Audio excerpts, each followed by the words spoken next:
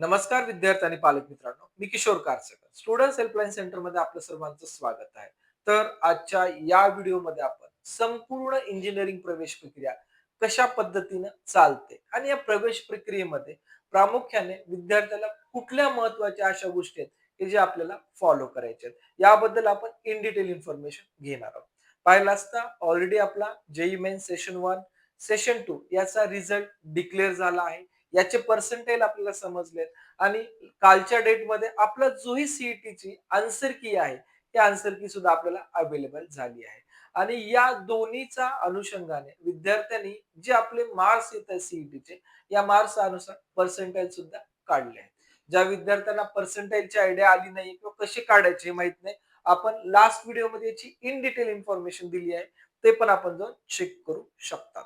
ठीक आहे. तर हा व्हिडिओ बनवायचा आणखी एक महत्वाचा पॉइंट आहे, कारण पाहिलं असता ज्याही वेळेस आपले आन्सर की आले काही मुलाचे यामध्ये लो मार्क्स आले किंवा काही विद्यार्थ्याचे मार्क्स आले आहेत, पण विद्यार्थ्याला एक कन्फ्युजन आहे की मला जे मार्क्स मिळाले या अकॉर्डिंग जे एक्सपेक्टेड पर्सेंटाइल येत आहे या अनुसार मला कोणते कॉलेजेस मिळू शकतात.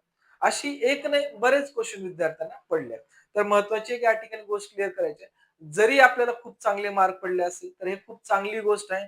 पण इन केस आपल्याला खूपच कमी मार्क आहेत किंवा अवरेज मार्क आहेत, तर अशा विद्यार्थी आणि पालकांनी घाबरून जायचं नाहीये किंवा आपल्याला बऱ्याच कॉलेजकडनं फोन येत आहेत, बऱ्याच काउन्सिलिंग ऑफिस मधून फोन येत आहेत, तर आपण याला बळी पडायचं नाही. कशासाठी? मॅनेजमेंट कोठा अथवा आपण काहीतरी एक अमाउंट घेऊन कुठल्या तरी चांगल्या कॉलेजमध्ये सीट बुकिंगसाठी. मी असं का म्हणत आहे? कारण पाहिलं असतं आपल्याकडे जे काही पेड काउन्सिलिंगचे विद्यार्थी आहेत, अशा विद्यार्थ्यांना वेगवेगळ्या काउन्सिलिंग सेंटरमधनं अथवा वेगवेगळ्या कॉलेजमधनं आपली सीट बुकिंग करा. यावर्षी कट ऑफ काय जाणार आहे? लक्षात घ्या, आपली सध्या जेईई मेन्सची मार्क्स आपल्या हातात आहेत. सीईटीचे फक्त आपल्याला मार्क मिळाले, पर्सेंटाइल अजून मिळाले नाहीयेत. ठीक आहे. आणि पुढचा स्टेप आहे आपला सेशन 2 ची आन्सर की यायचा आणि ओव्हरऑल आपलं पर्सेंटाइल यायचा.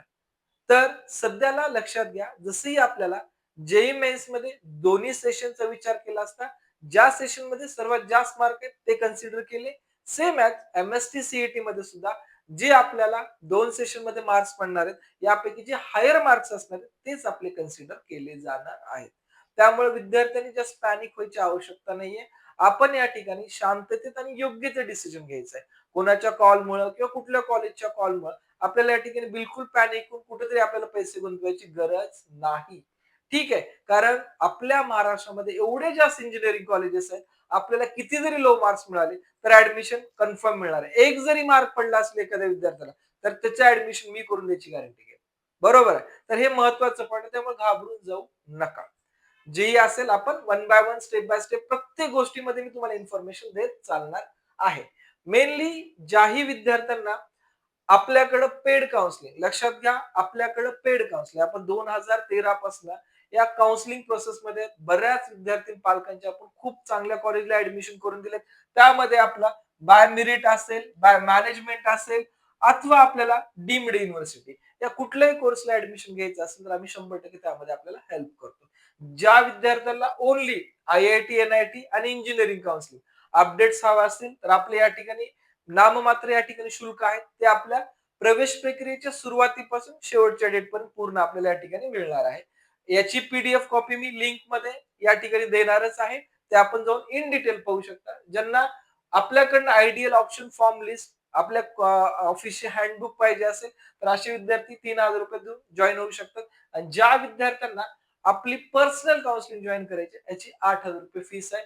आणि या काउन्सिलिंग अंतर्गत आपण काय देणार आहोत हे सुद्धा आपण डिटेल इन्फॉर्मेशन दिली आहे. ऑलरेडी जे पेडला विद्यार्थी अशा विद्यार्थ्याचा जरी फीडबॅक एखाद्याला हवा असेल तर त्याचे नंबर आम्ही देऊ. की खरंच की ज्या विद्यार्थी ऑलरेडी पेडला आहेत त्यांना खरंच काय आउटपुट भेटत आहे याची जर माहिती घ्यायची असेल तर ते सुद्धा आपण घेऊ शकतात. आणि ज्या विद्यार्थ्यांना ओन्ली स्टुडंट्स हेल्पलाईन सेंटरची हँडबुक हवी असेल तर हँडबुक सुद्धा घेऊ शकतात. यामध्ये पूर्ण आपल्याला या प्रकारचे कंटेंट आपल्या हँडबुक मध्ये आहेत ते आपल्याला हँडबुक मिळून जाईल. मेन ज्या विद्यार्थ्यांना काउन्सिलिंग जॉईन करायचे अशा विद्यार्थ्यांसाठी आपल्या डिस्क्रिप्शन मध्ये लिंक दिली आहे गुगल फॉर्मची. हा फॉर्म भरून आपण जॉईन करू शकता. मेनली जो व्हिडिओचा मेन टॉपिक आहे हा इंजिनिअरिंग प्रवेश प्रक्रियेचा. यामध्ये पाहिलं असता आपली जी ही प्रवेश प्रक्रिया असणार आहे हे एकंदरीत महासीईटी सेल या वेबसाईट वरती चालणार आहे. आता प्रवेश प्रक्रिया तर चालणार आहे, माहित आहे. आता यामध्ये पाहिलं असता जे आपली इंजिनिअरिंग आहे, या इंजिनिअरिंगसाठी ऍडमिशन घेण्यासाठी बेसिक बोर्डचा एलिजिबिलिटी क्रायटेरिया आहे. तो काय क्रायटेरिया आहे? एक तर पहिला क्रायटेरियामध्ये आपल्या लक्षात घ्या, की आपण 12वी बोर्डमध्ये सायन्स असणं आवश्यक आहे. मग ते आपलं पीसीएम मध्ये असेल किंवा पीसीएमबी मध्ये असेल, म्हणजे बी ग्रुपचा सुद्धा विद्यार्थी इंजिनिअरिंगला येऊ शकतो. ठीक आहे. तर एकंदरीत अशा विद्यार्थ्याला जनरल ओपन असेल तर आपण या ठिकाणी 45% म्हणजेच 300 पैकी आपले या ठिकाणी मार्क्स जर आपण काढून पाहिले तर 300 मार्कापैकी मिनिमम आपले 135 मार्क असायलाच पाहिजे, तर आपण या प्रवेश प्रक्रियेमध्ये पात्र होणार आहात. नेक्स्ट जी कॅटेगरी मधले विद्यार्थी आहेत, अशा विद्यार्थ्याला 300 मार्कापैकी 120 मार्क असणं गरजेचं आहे, तरच आपण या प्रवेश प्रक्रियेमध्ये पात्र आहात. अनअदरवाईज आपण नाही. हे महत्वाचं आहे. आणि याबद्दल ग्रुपिंग म्हणजे कशी घेतली जाते, कशी कन्सिडर केली जाते, इन डिटेल व्हिडिओ आपल्या चॅनलवरती ऑलरेडी अवेलेबल आहे. तुम्ही त्या ठिकाणी चेक करू शकता. जर एखाद्या विद्यार्थ्याची पीसीएम ची ग्रुपिंग होत नसेल, तर व्होकेशनल ऍड करून कशी करायची आहे, याबद्दल सुद्धा मी ऑलरेडी इन्फॉर्मेशन दिली आहे. आपण चेक करू शकतात. अजून एक महत्वाची गोष्ट आहे, ज्याही विद्यार्थ्यांना आपले ग्रुप जॉईन करायचे व्हॉट्सअपचे आपले काही ग्रुप आहेत, तर आपण डिस्क्रिप्शन मध्ये जे लिंक दिले त्याच्यावर जाऊन पाहू शकतात. आता यामध्ये सर्वात महत्वाचं आहे, 12वी बोर्ड मध्ये सायन्स झालं, आमची ग्रुपिंग झाली. तर नेक्स्ट इंजिनिअरिंग मध्ये अजून काही एलिजिबिलिटी क्रायटेरिया आहे का? Yes, definitely. आपण ज्याही या ठिकाणी इंजिनिअरिंगला ऍडमिशन घेणार, या दोन्ही एक्झाम पैकी एक जरी दिली असेल, मोर दॅन सफिशियंट आहे. ठीक आहे. जरी आपण एमएसटी सीईटी दिली, आपण प्रवेशासाठी पात्र आहेत. जेई मेन्स दिली, आपण प्रवेशासाठी पात्र आहात. बरोबर आहे. जर आपण एमएसटी सीईटीचा विचार केला तर महाराष्ट्रामध्ये एमएसटी सीईटी वरून आपल्याला 85% सीट मिळत असतात for private and private autonomous मध्ये. ठीक आहे. तर गव्हर्नमेंटचा विचार केला तर यामध्ये 100% सीट आपल्याला मिळतात. सेम ॲज जेईचा विचार केला तर जेई मधून आपल्याला 15% जागा या ठिकाणी मिळत असतात प्रायव्हेट आणि प्रायव्हेट ऑटोनॉमस मध्ये. ठीक आहे. तर या प्रकारे आपले मार्क्स आणि सीट्स रिझर्वेशन या ठिकाणी कन्सिडर केलं जातं. हे झाले आपले बेसिक एलिजिबिलिटी स्टेप. आता जर आपण नेक्स्ट स्टेपचा या ठिकाणी विचार जर केला, तर नेक्स्ट स्टेप आहेत आपल्याला रिक्वायर्ड डॉक्युमेंट्स. कारण ज्याही वेळेस आपण कुठल्याही प्रोसेसमध्ये जातो, त्याच्यासाठी एलिजिबिलिटी सोबत आपले जेही कॅटेगरी प्रवर्ग या कॅटेगरी प्रवर्गाचे इम्पॉर्टंट डॉक्युमेंट्स आपल्याला लागत असतात. या सुद्धा गोष्टीचा आपल्या चॅनलवरती व्हिडिओ आहे आणि सर्व ज्या ठिकाणी मी व्हिडिओ आहे त्याचा मी या युट्यूबच्या पॉपअप मध्ये एक तुम्हाला लिंक दिली, त्यावरती आपण जाऊन चेक करू शकतात या गोष्टी. ठीक आहे, की जेणेकरून तुम्हाला या व्हिडिओमध्ये मी जास्त लेंथ वाढवण्यापेक्षा शॉर्ट मध्ये तुम्ही तो सुद्धा व्हिडिओ जाऊन चेक करू शकता. मेनली आहे प्रवेश प्रक्रियेचा पहिला टप्पा, की ज्यावेळेस आपले डॉक्युमेंट्स होतात. आणि महत्वाची गोष्ट सांगू इच्छितो विद्यार्थ्यांना, ज्या वेळेस आपण एखाद्या काउन्सिलिंग सेंटरला जॉईन करतो अथवा स्वतः काउन्सिलिंग करत असाल, तर पहिल्यांदा आपण जेही डॉक्युमेंट्स काढलेत ते सर्व व्यवस्थित आहेत का, आपल्या कॅटेगरी प्रवर्गानुसार आहेत का, त्यामध्ये कुठल्या स्पेलिंग मिस्टेक आहेत का, हे सर्व पाहणं हे विद्यार्थ्याची जबाबदारी आहे. आणि सोबत आपण ज्या ठिकाणी जॉईन होतोय काउन्सिलिंगसाठी त्या व्यक्तीची सुद्धा या ठिकाणी जबाबदारी राहणार आहे. त्यामुळं अशा लहान लहान गोष्टीपासनं ऍडमिशन एंड पर्यंत काउन्सिलिंग सपोर्ट खूप महत्वाचा असतो, हे लक्षात घ्या. आणि विद्यार्थ्याला मी असं कधीच म्हणत नाही की तुम्ही काउन्सिलिंग आमच्याकडे जॉईन करा. आपण कुठेही करा, पण ज्या व्यक्तीचा खरंच या फील्डमध्ये खूप चांगला अनुभव आहे अशा व्यक्तीकडे जॉईन करा. कारण आपल्या इंजिनिअरिंग फील्डमध्ये पाहिलं असता दरवर्षी काहीतरी चेंजेस होतात प्रोसेसमध्ये आणि दरवर्षी नव्याने कॉलेज आणि नव्याने बऱ्याच ब्रांच येतात. यामध्ये असं होतं की ज्या काही टॉपचे कॉलेजेस आहेत महाराष्ट्रामध्ये आणि त्याच्यात एखादी नव्याने ब्रांच आली, हे बऱ्याच वेळेस माहिती होतच नाही. आणि आपले मार्क्स असून आपला नंबर त्या ब्रांचला लागणार असून आपण ते ब्रांच पाहिली नसल्यामुळे या ठिकाणी आपल्या त्या ठिकाणी विचारच केला जात नाही. त्यामुळे विद्यार्थ्यांनी ह्या लहान गोष्टीचा सुद्धा खूप काळजीपूर्वक विचार करणं महत्वाचं आहे. ठीक आहे, कारण विद्यार्थ्यांना वेळ निघून गेल्यानंतर, संधी निघून गेल्यानंतर विचार करून फायदा नाही. ठीक आहे. तर नेक्स्ट स्टेप आहे आपला, जोही आपला काउन्सिलिंगचा म्हणजे प्रवेश प्रक्रियेचा, तो आपलं रजिस्ट्रेशन. आता रजिस्ट्रेशन विद्यार्थी स्वतः घरीही करू शकतात, एखाद्या एफसी सेंटरवरती जाऊन करू शकतात किंवा एखाद्या सायबर सेंटरवरती जाऊन करू शकतात. जे पेड काउन्सिलर आहेत अशा विद्यार्थ्याचे आम्ही स्वतः रजिस्ट्रेशन या ठिकाणी करत असतो. तर या रजिस्ट्रेशन पासून आपल्या खऱ्या इंजिनिअरिंग प्रोसेसला सुरुवात होते. पहिला टप्पा मी तुम्हाला सांगितला काय, की सर्व डॉक्युमेंट्स, ज्या काही प्रोसेस आहेत, ज्या इम्पोर्टंट गोष्टी आहेत त्या सांगितल्या. मेन इंजिनिअरिंगचा स्टेप चालू होती या ठिकाणी रजिस्ट्रेशन पासून. रजिस्ट्रेशन, ऑफलाईन डॉक्युमेंट व्हेरिफिकेशन किंवा ऑनलाईन डॉक्युमेंट व्हेरिफिकेशन ह्या इंजिनिअरिंगच्या बेसिक स्टेप आहेत. ठीक आहे. आता यानंतरचे जे स्टेप आहेत ते तुम्हाला मी इन शॉर्ट मध्ये सांगणार आहे. कारण ज्याही वेळेस आपलं एम-एस-टी सी-ई-टीचं इन्फॉर्मेशन ब्राउचर येईल, ज्याही वेळेस आपला काउन्सिलिंग शेड्यूल येईल, त्यानंतर पुढचे जे काही थिंग्स आहेत ते मी तुम्हाला इन डिस्क्रिप्शन पूर्ण सांगून देणार आहे, की ज्यामुळे तुम्हाला क्लॅरिटी यायला पाहिजे.